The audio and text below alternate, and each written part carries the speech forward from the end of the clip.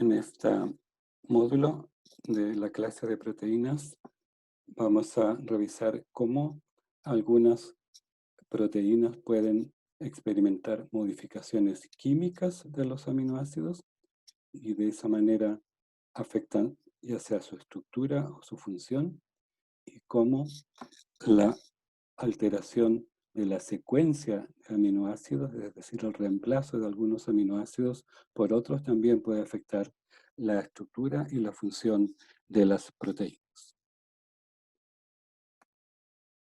En esta diapositiva se ilustra algunos aminoácidos que pueden ser fosforilados. Por ejemplo, en esta imagen donde aparece una S, lo que tenemos es una cadena polipeptídica donde hay una serina. Recuerden que la serina tiene un grupo OH, y ese grupo OH puede esterificarse por un ácido fosfórico y formar un enlace covalente. Ese enlace covalente lo que hace es, al introducir ese grupo a través de un enlace covalente, lo que ocurre es que se introducen dos cargas negativas en la estructura de la proteína, y por lo tanto esas cargas negativas y ese grupo químico pueden afectar la estructura de la proteína. Lo mismo puede ocurrir en las cadenas polipeptídicas donde hay una treonina que también tiene un grupo OH y se puede fosforilar. Y lo mismo ocurre con las tirosinas. Las tirosinas, recuerden, son aminoácidos que tienen como grupo R un grupo fenol, y ese grupo OH del grupo fenol se puede fosforilar y ocurrir lo mismo que ya hemos mencionado anteriormente. Esta es una de las muchas modificaciones químicas que pueden experimentar los aminoácidos. Una fosforilación como esta puede ocurrir más de una vez en la proteína y entonces alterar la estructura de la proteína en distintas partes de la misma proteína. La incorporación de una fosforilación en la estructura de las proteínas se da de la siguiente manera. Como ya dijimos, la serina, la treonina y la tirosina son los aminoácidos que pueden ser fosforilados.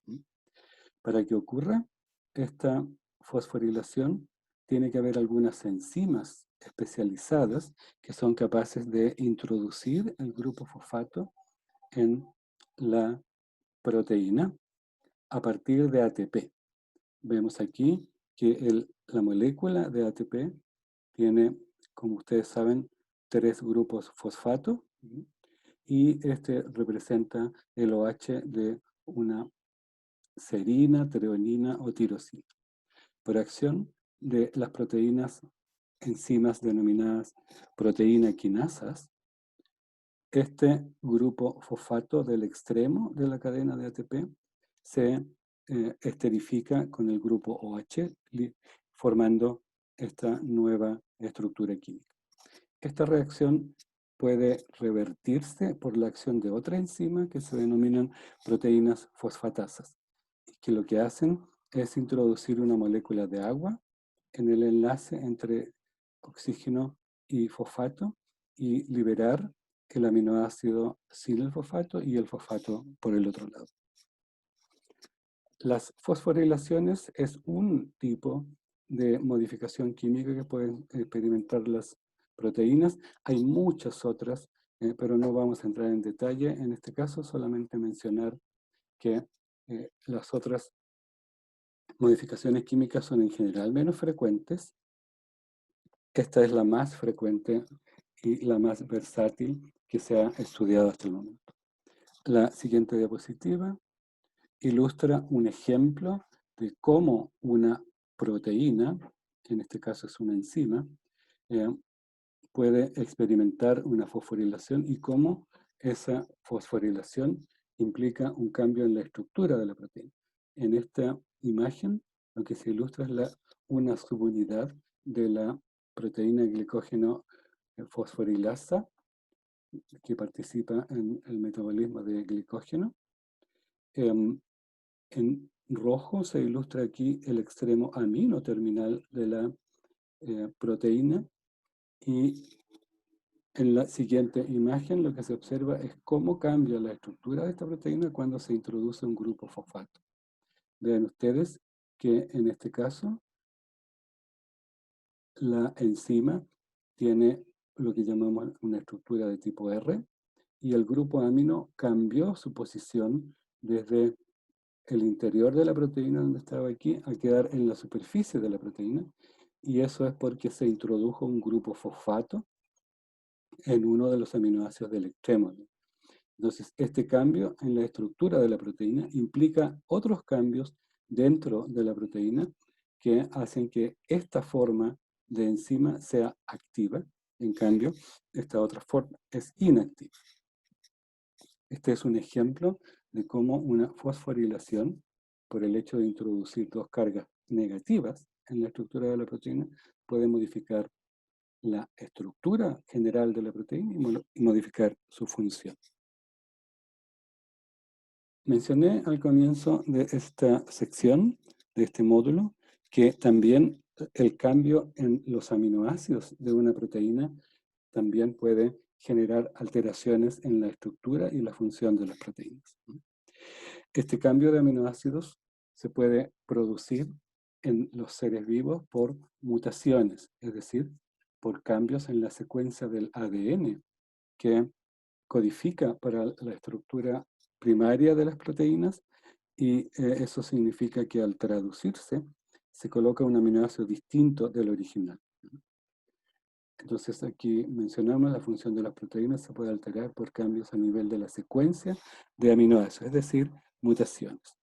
Como ejemplo de esto, ilustramos qué es lo que ocurre en las hemoglobinas. Las hemoglobinas, como ya dijimos, son proteínas que participan en el transporte de oxígeno en los mamíferos. Y en el caso de humanos, se han descrito muchas mutaciones que afectan la estructura de la hemoglobina. Aquí hay una lista de algunas de estas mutaciones. Por ejemplo, tenemos la mutación de tipo Hammersmith, Viva, Yakima, Kansas y S. Recuerden que al comienzo de la clase de proteínas les mencioné qué es lo que era la hemoglobina S. En cada una de estos distintos tipos de hemoglobina, lo que hay es una alteración en la secuencia de la proteína. Es decir, se está cambiando un aminoácido por otro. En este caso, por ejemplo, el cambio en la fenilalanina 42 de la cadena beta de la hemoglobina por una serina debilita la unión del grupo hemo.